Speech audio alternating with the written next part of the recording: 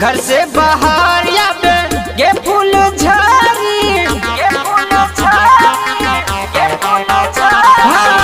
लागे छै मन नहीं एको गे घारी घर से बाहर आवे गे फूल झाड़ी मना कर बीते आज सबसे कह देबो मना कर बीते आज सबसे कह देबो गे तैर जेबी सवार जेबी गे तैर जेबी अपना घर जहिया ले जाइबो गे तैर जेबी अपना घर जहिया ले जाइबो गे तैर जेबी अपना घर जहिया ले जाइबो गे तैर जेबी सवार जेबी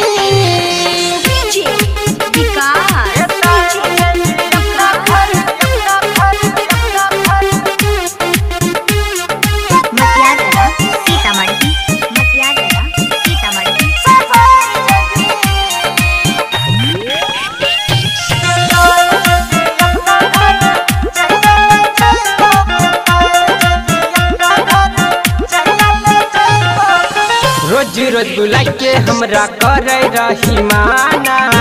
आज नहीं चलतो तोहर कोनो बहाना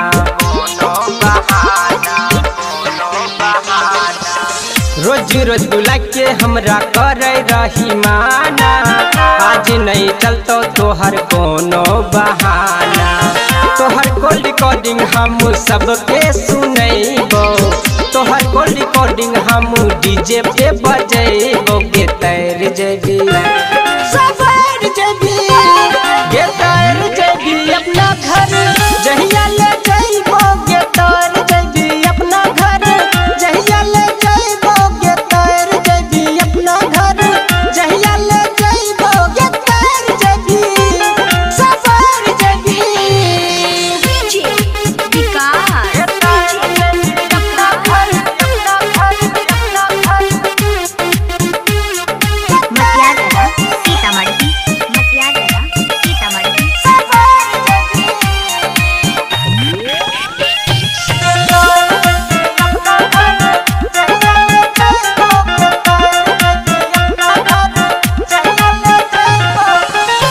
लगे छोटा अपना पापा के बुला ले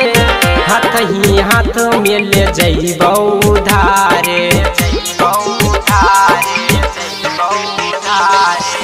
डर लगे छोटा अपना पापा के बुला ले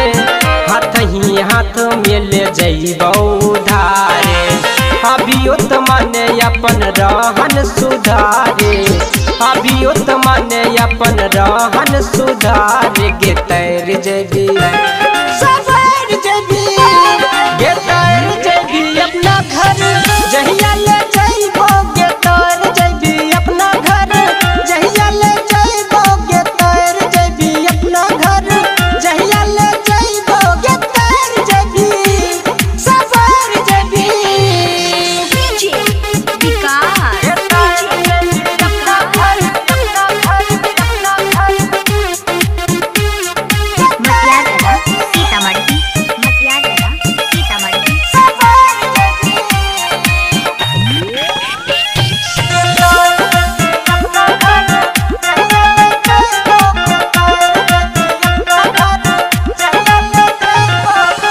संजीव सुनहरा बतिया कहे छौ बेजोरे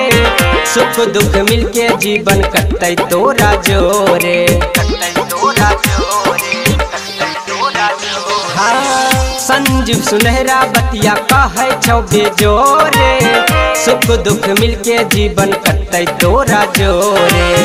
राइटर राहुल कहे तू ही हमारे राइटर राहुल कहे तू ही हमारे गे तैर जेबी